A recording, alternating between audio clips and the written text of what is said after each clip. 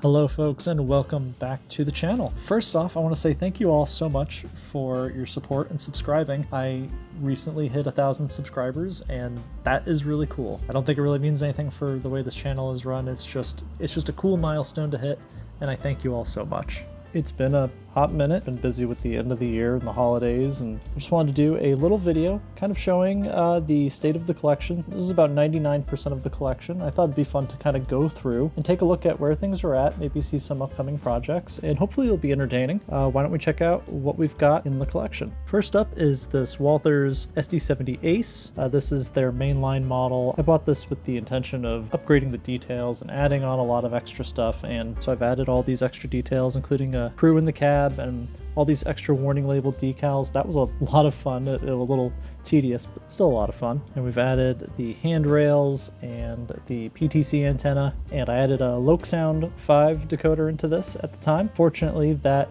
decoder has been removed from this model and is now in another one. I'll replace it eventually. I do want to get an Athearn Genesis Ace to complement this one, but I do like the Ace. I think it's probably my favorite of the wide nose road power diesels. I think they're really cool.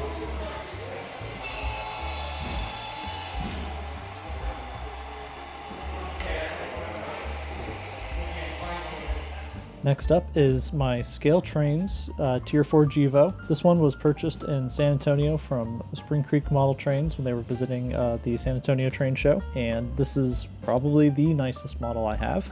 Super detailed and just weighs a ton. It looks great. The only thing I really want to do to it is weather it a little bit. It's a fantastic runner, has never given me any issues. Yeah, it's a very nice model. And just by chance, 2702 actually passed through my local area earlier this year, and I got a chance to see the real thing just by random chance. It was really cool.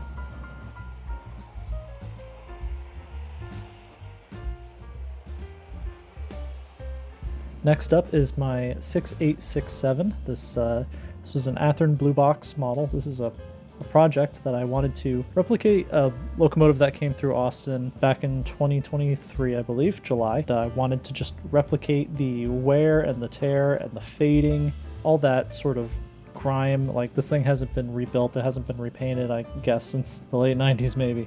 And it's looking worse for wear, but I thought it was really cool. So I upgraded this model. It's got a Genesis motor in it. It's got a crew in the cab. It's got nickel silver wheels. A little bit of weathering here and there. I still need to hit the sill and the chassis with some dirt, but it's a lovely model. It's a little lightweight, but it runs really well, and I'm really happy with that one. Next up is its sister, 6868, and funny enough, 6867 didn't have a number, it was unnumbered. This one I found at the Houston train show, and it was already numbered, and it's identical to the model of 6867. It's Athearn Blue Box. I don't know what I'm going to do with this one yet. I'm definitely going to upgrade the detail and stuff like that. That's my intention. Whether or not it will stay 6868, can't say. Kind of want to take a look at photos of unrebuilt AC44s that I have and see if I can replicate something. Not entirely sure yet. Okay, next up is my first Athearn Genesis diesel. This is the We Are One 1979 paint scheme that they did. I saw this one come through Austin and Buda, south of Austin, a couple of months ago, and it's a paint scheme that's probably a bit of a marmalade paint scheme. It's probably not to everyone's taste, but I think it's really cool. I love the black and white with the splash of color. I think it's really neat. The model itself runs really well. It has Locomotive 5 in it. I do need to add a crew into this one, I think, and maybe hit it with a little light weathering. I don't really want to make this one too grimy. I'm a big fan of it. I hope to get more Athearn Genesis diesels in the future. Just waiting for something to release that I really want. So that's where we're at. Next up is this Athearn Ready to Roll ST40N, a rebuilt ST40-2 for Union Pacific. A really nice model out of the box. I was really impressed with the level of detail. I was expecting more of a basic blue box quality, but this thing it's really nice. Maybe a little lightweight, but that's it. I added some crew, of course. It's got Loc Sound 5 in there. Actually, I think that's the decoder from the Walthers Ace, actually, but I wanted to put it in here because it was the new toy, you know. Lovely model. It's gonna get some weathering a little bit, and I need to add some the brake lines on the cylinders there on the trucks. That's the next step for that one. But lovely model. I love running this one. It's great for short freight trains at the club, and I'm a big fan of it.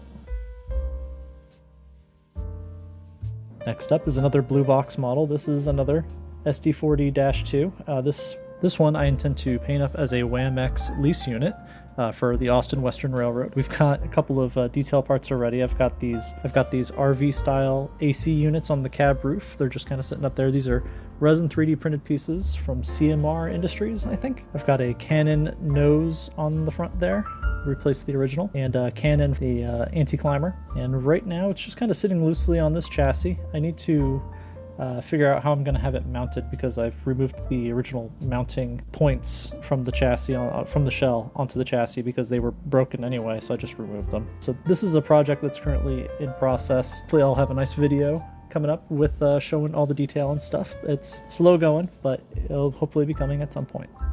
Next up is this custom painted Atlas GP40, I believe. This nice Jeep.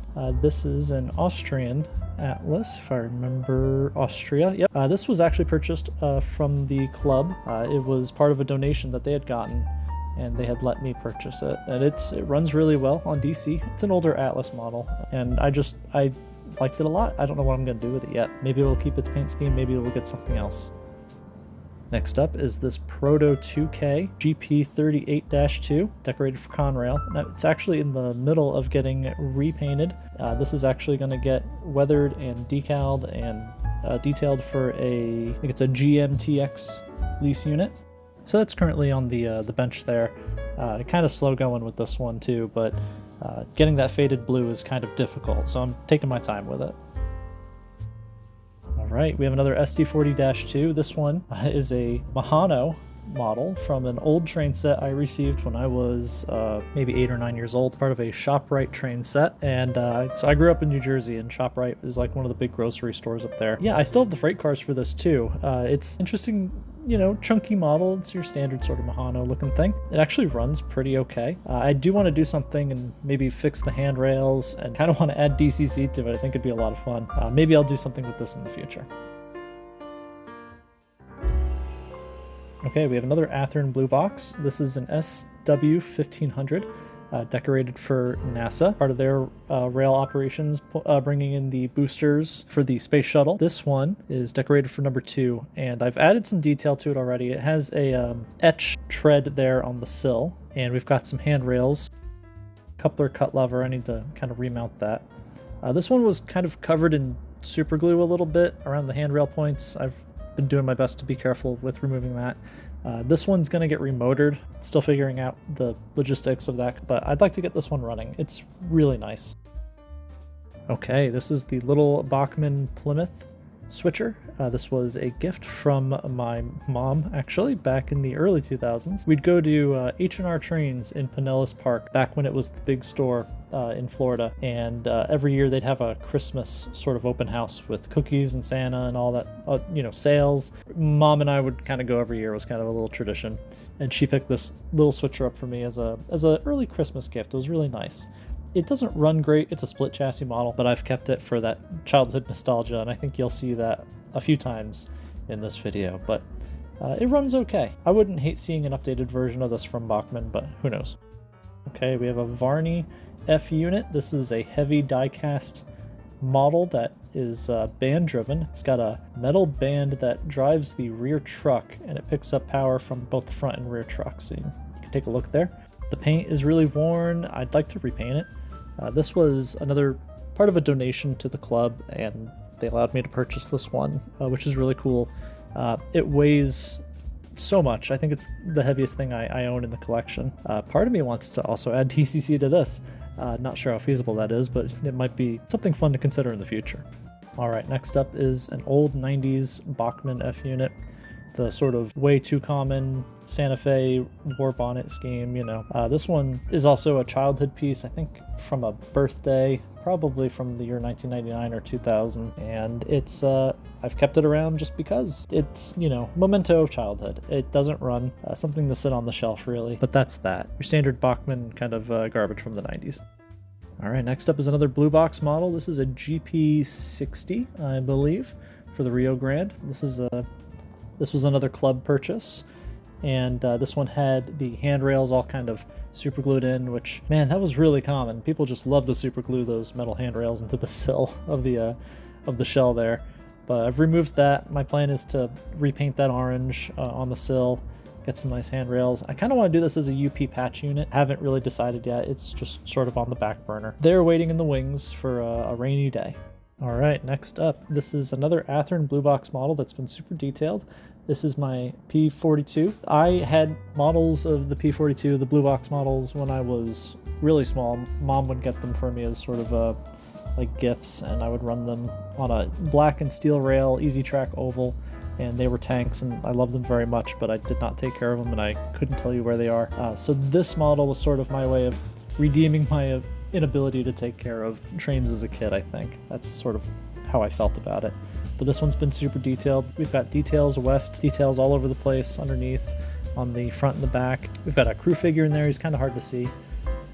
We got the full Decoder Buddy motherboard. This one has a Kato motor in it.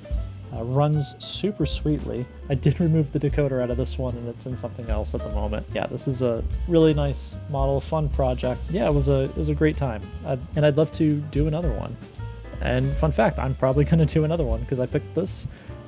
This is number 9. This is actually the model I had when I was a kid. I have a photo of it, but this will probably get the same treatment as that previous one, and that previous one might actually get repainted into a New Jersey Transit P42. I'm not sure yet. Anyhow, this one is just a stock blue box. Nothing has been added to it, but my plan is to do the same and remotor it, you know, add detail, get this one into a nice running state, and we'll see how that goes. I'm not going to do it for a while. It's just going to be there for now. All right, next up we have a Kato P42. I thought it would be fun to get one of these just because I thought the motors in the trucks would be kind of a cool thing to have, and it's a nice model. It runs really well. This one was originally number 17, and I've re-decaled it to 62, which is the P42 that took me on my first Amtrak train trip, and I think it came out okay. I think I need to hit it with a few more coats of clear to really bury it. I thought I buried it pretty well, and it looks okay. I'd like to hit it a few more times. And then we added this mounting box on top of the cab for antennas. I need to find some more photos of the top of a cab of a P42 that has that box so I can see what the arrangement of the antennas is. I plan on revisiting this one, adding the detail to the pilot, front and rear pilot, and getting this one up and running. This one was featured in one of my first videos. It's my Bachmann Acela from 2004. This was a birthday gift. I think I was 14 when I got this, and love this model. So well detailed. It runs really well. We have a LED in the pantograph, so when this thing runs, the LED flashes. It's got a Soundtrax Tsunami electric decoder inside. The speaker inside is an iPhone 4 speaker, if I remember, and you can't really tell, but there is a driver sitting in the front, but those windows are really tinted. All the lighting has been replaced with LEDs because they were bulbs, and this thing runs really well. I'm a big fan of all the Bachmann Amtrak stuff, actually. It's pretty cool.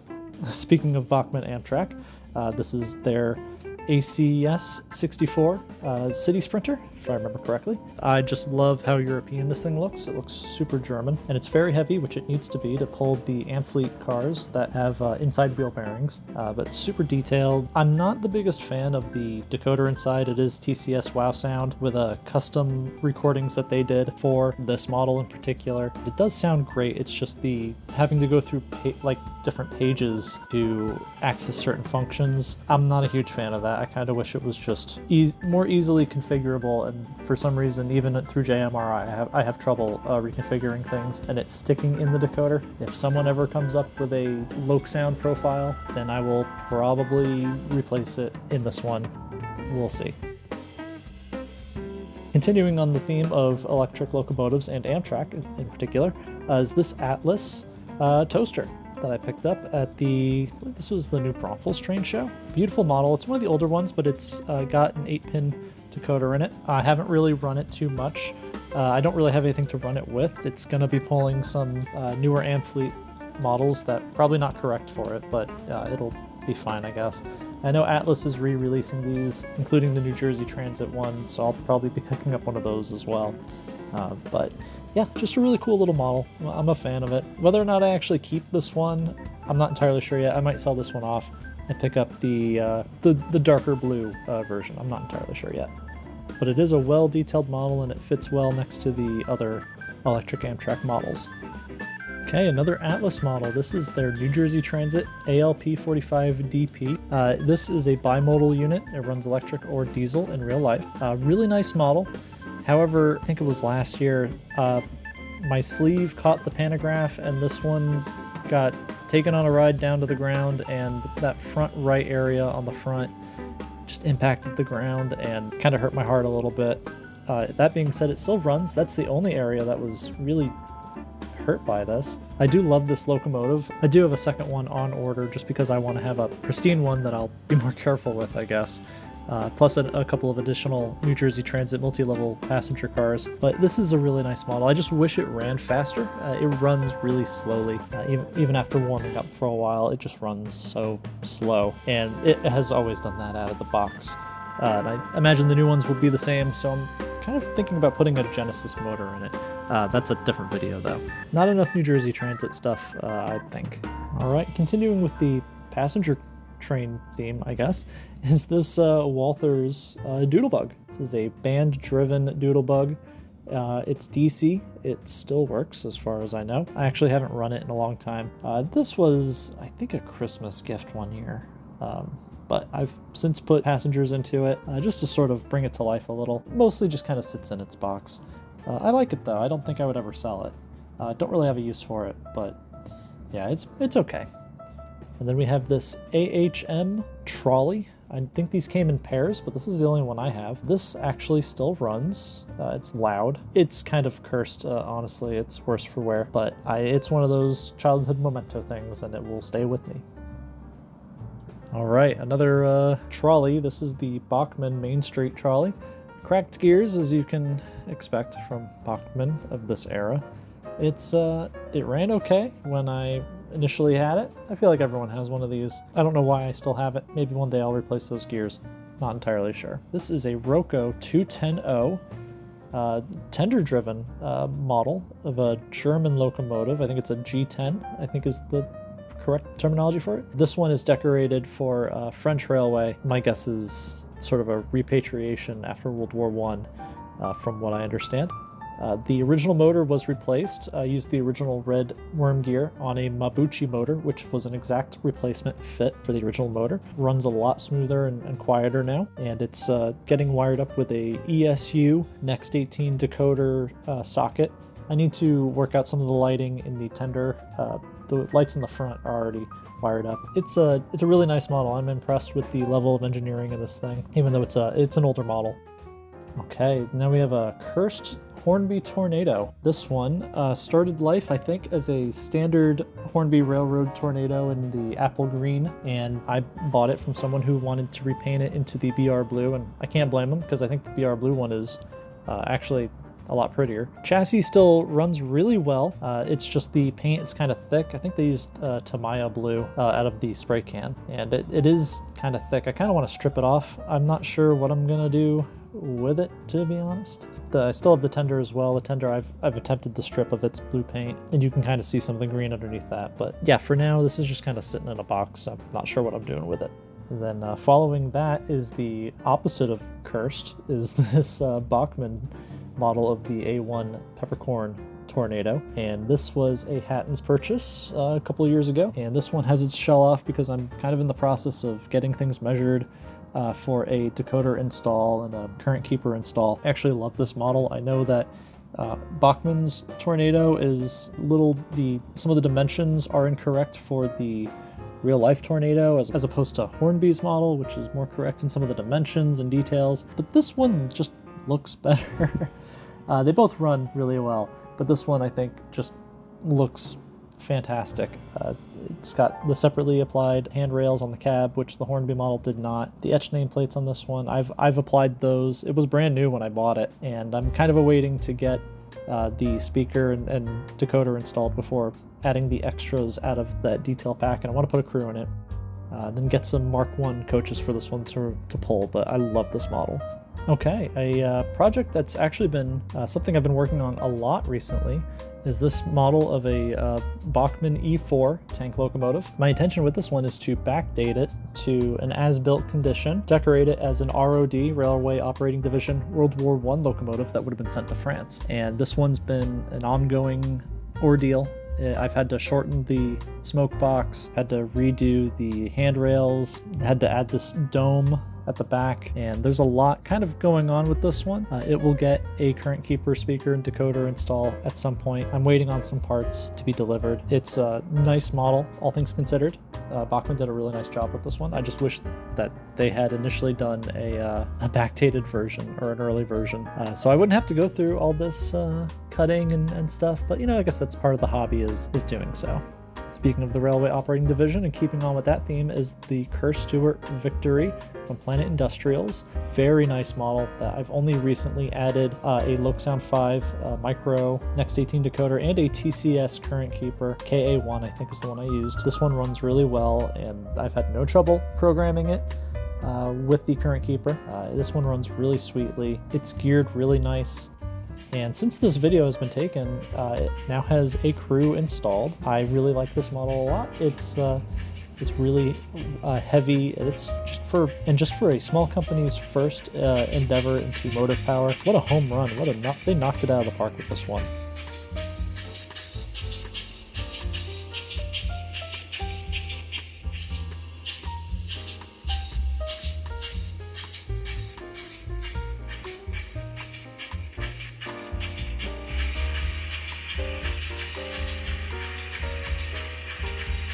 Next up, we have another Bachmann British locomotive. I think this is a J52, J72. Don't really remember, but I'm sure someone will correct me in the comments. This is a split chassis model. I bought this for $10, and as you can see, those axles are split, but I figured I can get those replaced. There's a company in the UK that sells replacement gears for these. I just need to place an order for them, but I like it a lot. But it's a nice little model, and I figured $10, worst comes to worst, it can just sit on the shelf. Looking nice, but I'll probably get it up and running at some point. Next up is the Hatton's P-Class tank locomotive, decorated for the Railway Operating Division as well. Just a super sweet little locomotive. It's just so nice. I really wanted to put DCC and sound and a current keeper in it just because I knew with the short wheelbase it would be kind of difficult to run over certain track, and I somehow managed to do so. I did a whole video on it if you're interested. This one actually now has crew as well. I managed to run it at the club during the sort of the Christmas setup, where we had the public visiting, and it ran honestly really well. Very few issues with stoppages over a modular club track. Exceeded my expectations.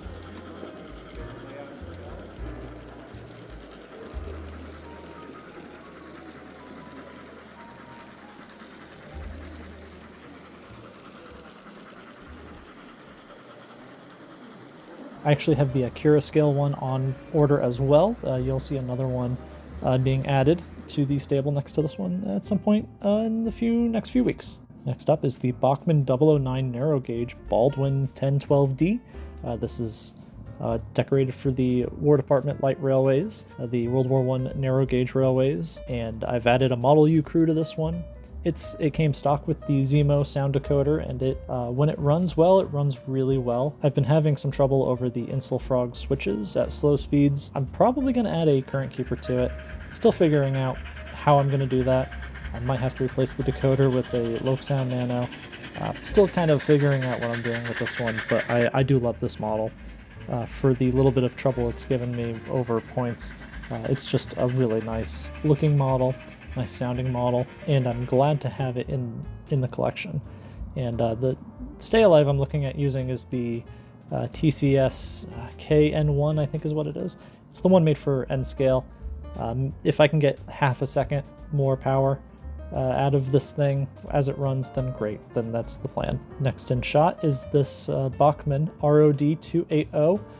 This is, of course, created for the Railway Operating Division. We're going with the theme here. This one has a Model U crew. It has real coal in the tender. It has a Soundtracks UK economy decoder inside, a TCS KA4 Keep Alive, and a scale sound system speaker in the tender. My intention is to replace that Soundtracks economy with a full ESU decoder. The economy is fine, I just want something recorded from the real thing, and with Loc Sound I can get that, which is really nice. And that economy will be going into another model, which you'll probably be seeing here in a minute. But love this model, it runs really well, looks really good pulling a string of those Rapido freight cars. Another recent addition is this Hornby J15, and my intention is, like the E4, to backdate this one, make it appear as a Railway Operating Division model. Not much to say about this one yet. It was a used model from the Model Center. Had a crew at one point, you can tell by some glue marks in the cab. No big deal. I've got some detail changes I'm going to have to make, some parts I'm going to have to order from specialty suppliers. This is probably not going to happen for a while. This raised edge on the tender is going to have to go away. There's a lot going on with this one, but it's a future project. But I will say it ran really well when I've tested it, so. Okay, next up is this model of Mallard, which I picked up at the National Railway Museum in York while I was in the UK, and it's not a very detailed model. It's a basic railroad model of Mallard. I really bought it to show support of the museum and sort of have a memento of my seeing Mallard in person.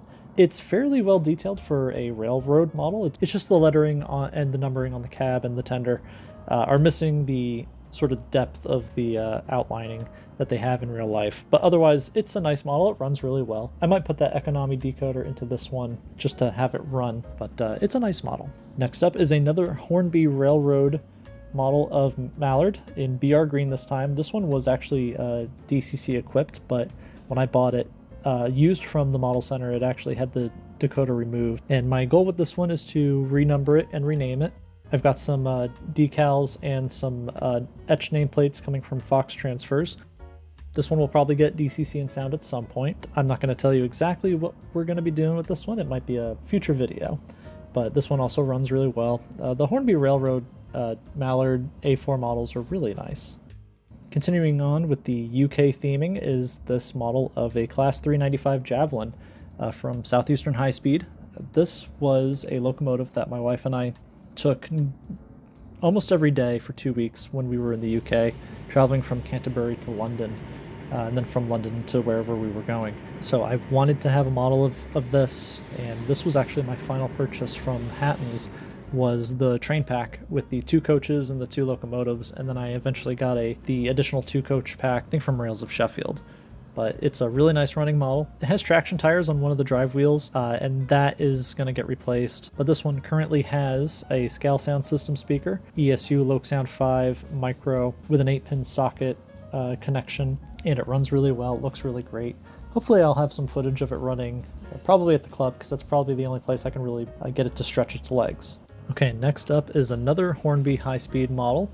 This is their Class 801/2 Azuma for the London Northeastern Railway. My wife and I also took this train from London to York, and then from York to Newcastle over, I think, 2 days. And it was one of the 9-car sets. So when Hornby released the 5-car set, I bought that. And then the additional 4-car add-on set I had to get as well. This is a really nice running model. There's some issues with the drag on the coaches. All the coaches have lighting, so the wheel backs are being touched by pickups, and they're all inside bearing wheel sets for some reason, like an Amfleet coach, so they just drag terribly.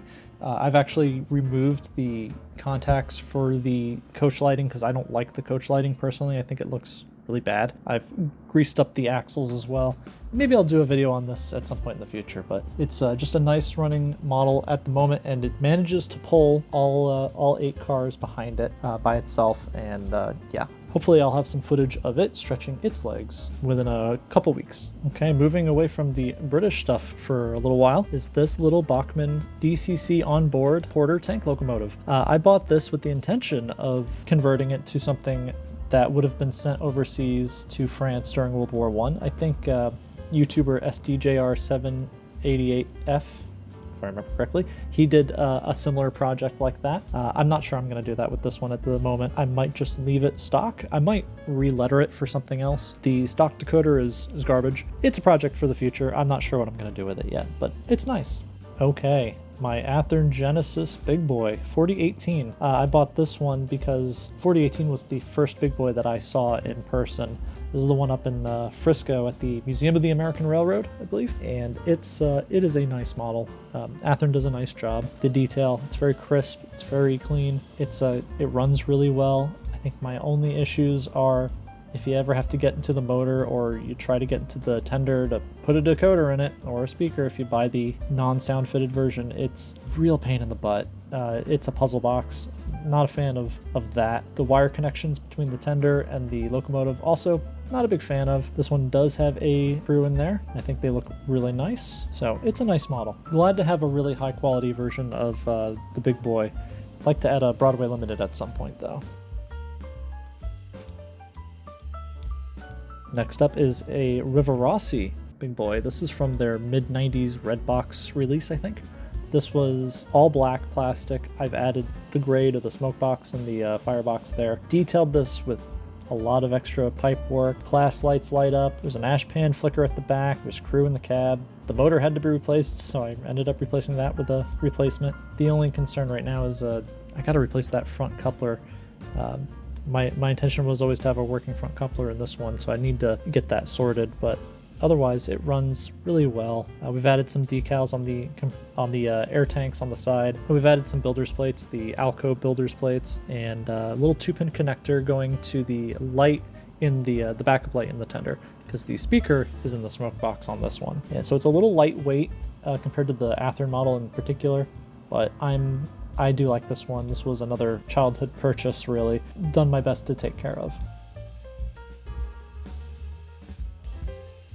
All right, next on the table here is this Athearn Genesis FEF3. This is 844. I think this is how it looked on its most recent excursion, the Promontory Point excursion. I think it came in that special edition box. It runs really well. High-speed passenger equipment. It looks great. All right, another FEF3. This is the Rivarossi model.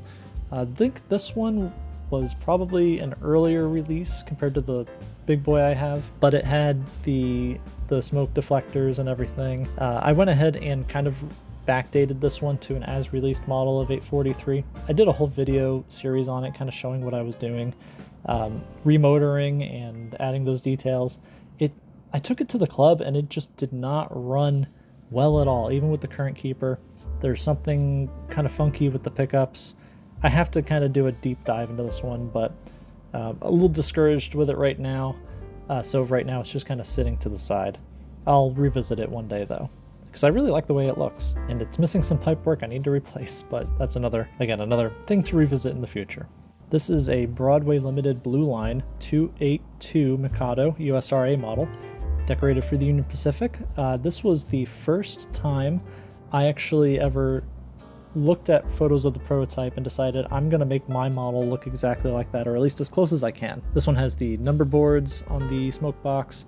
I added a Sweeney stack, which is what they called that big wide stack, although it's really just a piece of styrene tubing that I put into a drill, and I just kind of rotated it slowly with some sandpaper to kind of give it some taper. I weathered it up. I had changed a lot. I like this model a lot. It runs really well. It's got TCS wow sound in it, and it runs really well, but don't run it too often at the moment. Okay, next up is another Broadway Limited model, and it's their MT-73 Mountain for the Union Pacific. Purchased this used off of a guy online, I think. The smoke unit was broken, so I ripped that out and replaced the Paragon 2 decoder with this one has a Tsunami 2, I believe, and it runs pretty well. I can't get the start speed to be any slower than like 5 scale miles per hour. I've been trying to get it to crawl. I might see if another decoder would be able to fix that. But for now, it's fine. It's a nice model. I like having this pull the heavyweight passenger cars I have. And one of the newest additions to the collection is this Sunset Models. This is a brass Union Pacific 9000 412-2. My favorite class of locomotives, and I wanted a model to represent 9000 herself, the class leader. This is a beautiful model, and it needs to be painted. It needs to have an expert go over it. I'm thinking about sending it off to someone to take a look at it. There's some loose detail pieces up by the smoke box, but otherwise I think I paid $375 for it, and I'm, for that price I was actually really happy. Runs pretty well, actually. Just need to get some things worked out, get it painted, and I think it'll be a beautiful model eventually when I get to that point. But for now, it's just going to be on the shelf. Another brass model. This is a West Side Model Company Union Pacific's Overland, their 410-2, what they called the Overland, and this was their first experiment with the 3-cylinder power before they got to the 9000s, and that's why I bought this. It's sort of, an evolutionary step. This model has a nice can motor inside. It has no real wear or tear on the wheels. It's got some tarnish, but what brass doesn't these days.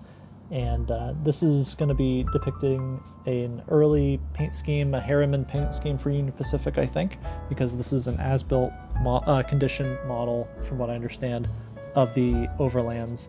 And yeah, for right now, it's sitting on the shelf as well next to the 9000, but for this one will eventually get painted as well. Okay, and finally, my favorite locomotive in my collection. This is my Broadway Limited brass hybrid model of 9042. This one has a decoder buddy motherboard in the tender. It has a ESU Loc-Sound 5. It's got scale sound system speakers under the coal load and in the smoke box. We've got a firebox flicker effect, the ash pan flicker, and the class lights light up on this one as well.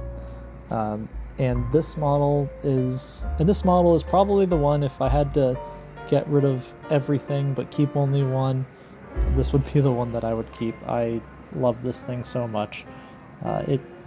Purchasing this was really sort of the first really high-end thing that I've ever purchased in model railroading, and it just runs so nice. It looks great. It didn't come with a crew, which I thought was weird. I bought this new from Model Train Stuff. The crew was missing, and I never really thought about it, so I added my own figures in there. And then fun fact on this one, it took a dive from a 6-foot shelf, poorly put together 6-foot shelf that collapsed on itself, and it was in a display case, and somehow that saved it from being completely destroyed. And here inside the tank, in case you're wondering how to access the insides of the tender, this back piece actually pops off with just a little bit of force. It's a friction fit, but you can see the motherboard, and under there is the scale sound system speaker, just kind of glued to the bottom of the coal bunker. But that is that model. Love it to death, and eventually I'd like to get it weathered, whether or not it's me when I'm a little more confident and professional in my ability, or if I send it off to someone. I'm not entirely sure.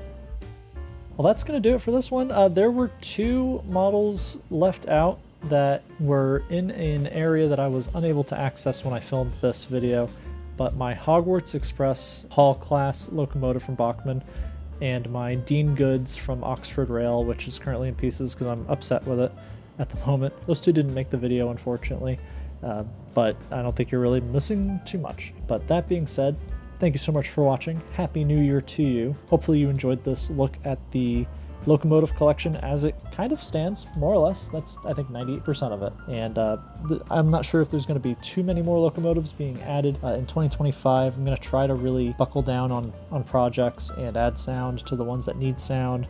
We'll see how that goes. Hindsight is 2020, as they say. But thank you so much for watching. Please consider liking and subscribing if you enjoyed, and I will see you, hopefully, in the next one very soon.